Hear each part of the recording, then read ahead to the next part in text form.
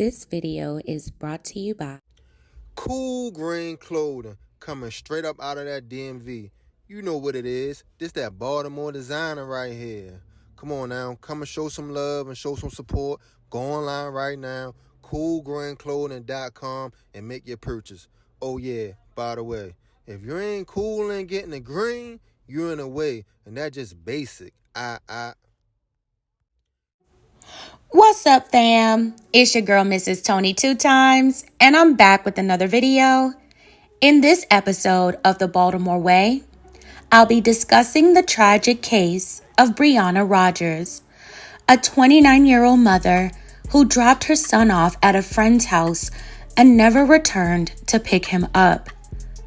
But before we get into this video, welcome if you're new here to our channel. Please feel free to subscribe. Click that notification bell to get notified every time we upload. If you're rocking with the content, don't forget to hit that like button. Be sure to share this video and make sure you watch until the end to hear the full story. All right, let's jump right into it.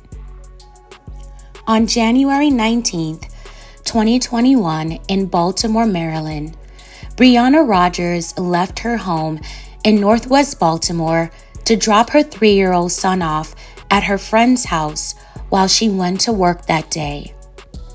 Her friend became worried after Breonna had not returned to pick her son up.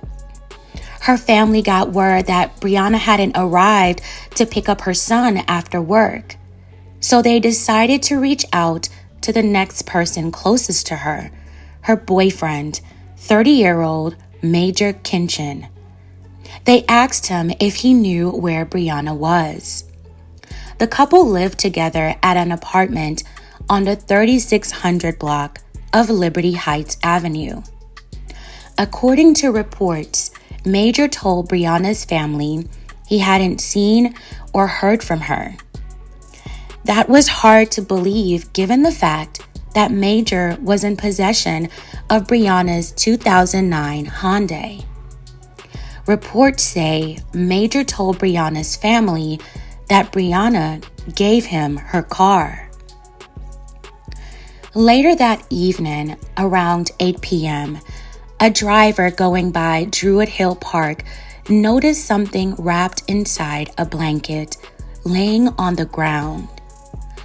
Further observation led them to realize that it was a woman wrapped inside the blanket with visible blood on her hands. Medics responded to the scene and noticed the woman had a gunshot wound to her upper body. The woman was identified as Breonna Rogers. She was sadly pronounced gone at the scene. An autopsy was performed on Breonna, and it was determined she was shot in the neck. Her passing was ruled a homicide.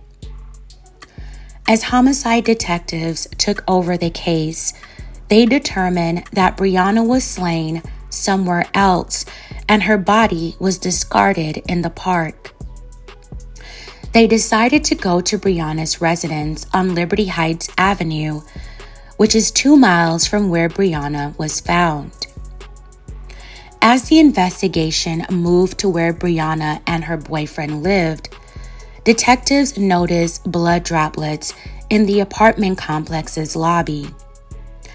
As they made their way to the couple's unit, they noticed more blood on the unit's door frame. Detectives were given permission to force entry into the apartment. That's when they found Breonna's boyfriend, Major Kinchin, inside the apartment. Police found a high-point .40 caliber semi-automatic weapon and Breonna's car keys. They also found a pair of jeans that was covered in blood. Major was taken down to police headquarters for questioning. According to reports, his behavior raised questions. Rather than asking if his girlfriend was okay, he kept asking, "Did you find her?" He told investigators that he was apparently looking for Breonna. Later evidence showed that may not have been entirely true. Phone records showed that Major did not call Breonna to try to locate her. Matter of fact, the results supposedly showed that his phone was turned off.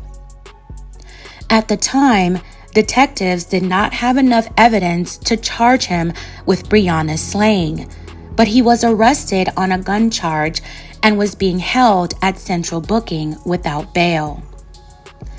As the investigation into Breonna's slaying continued, detectives were able to get a hold of video footage from various locations, which showed Major leaving the apartment complex with Breonna in her car before she was slain, and then returned without her present in the vehicle.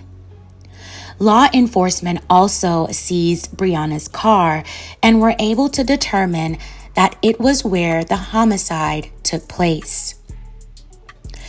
Major was ultimately charged with first-degree murder and other weapons charges. He continued to be held without bail. It took over 2 years for Major to go to trial. He turned down multiple plea offers. His case was built entirely on circumstantial evidence. The prosecution had DNA tests, serology tests, bullet fragments, the alleged firearm, and cell phone evidence. For example, the blood from the jeans recovered at the couple's apartment came back as belonging to both Major and Breonna. Prior to trial, Major's mental health came into question during pretrial hearings.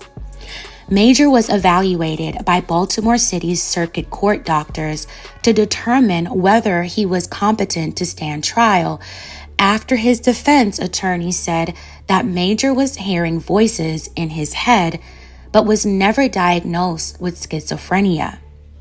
His attorney also stated he was prescribed antipsychotic medication, which he was taking while in jail. After their evaluation, the circuit court doctors deemed Major competent. The judge agreed and ruled Major was competent to stand trial. His defense objected to the findings, saying the results were incomplete and problematic. The court doctors said they acknowledged Major's previous mental health symptoms, but during their evaluation, he did not display any of those things. Major's defense attorney requested their own independent evaluation be done. The judge allowed it, but ruled Major would remain competent to stand trial until the court was presented with the results from his defense's evaluation. However, the trial went ahead anyway, with Major remaining competent to stand trial. The trial date was set for May 2023. The trial lasted 5 days. The prosecution presented their theory and accused Major of lying to police and Breonna's family to cover his tracks, saying the evidence refuted his statements. They also presented a possible motive, alluding to the idea that Major slayed Breonna because she assaulted him. His defense argued that there was no concrete evidence linking his client to Breonna's slaying, saying that there was no witness to corroborate the alleged assault, and raised doubt of the prosecution's experts and evidence they presented. Despite the defense's effort to raise doubt, the jury found Major Kinchin guilty of second-degree murder and 2 weapons charges on May 10th, 2023. His sentencing is scheduled for June 30th, 2023. He faces up to 75 years in prison.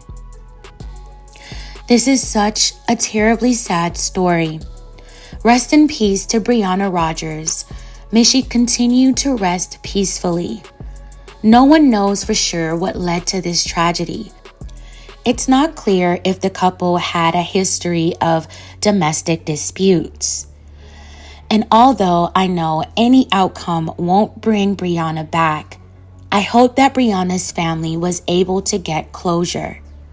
My thoughts and well wishes are with them, especially with her son, who now has to grow up without his mother under such tragic circumstances. Only God truly knows what all happened on January 19th, 2021, that led to Breonna's tragic slaying. I send my condolences to her family and loved ones. Fam, tell me your thoughts on this in the comments below. All right, fam, that's it for this episode of the Baltimore Way. Thank you all so much for watching.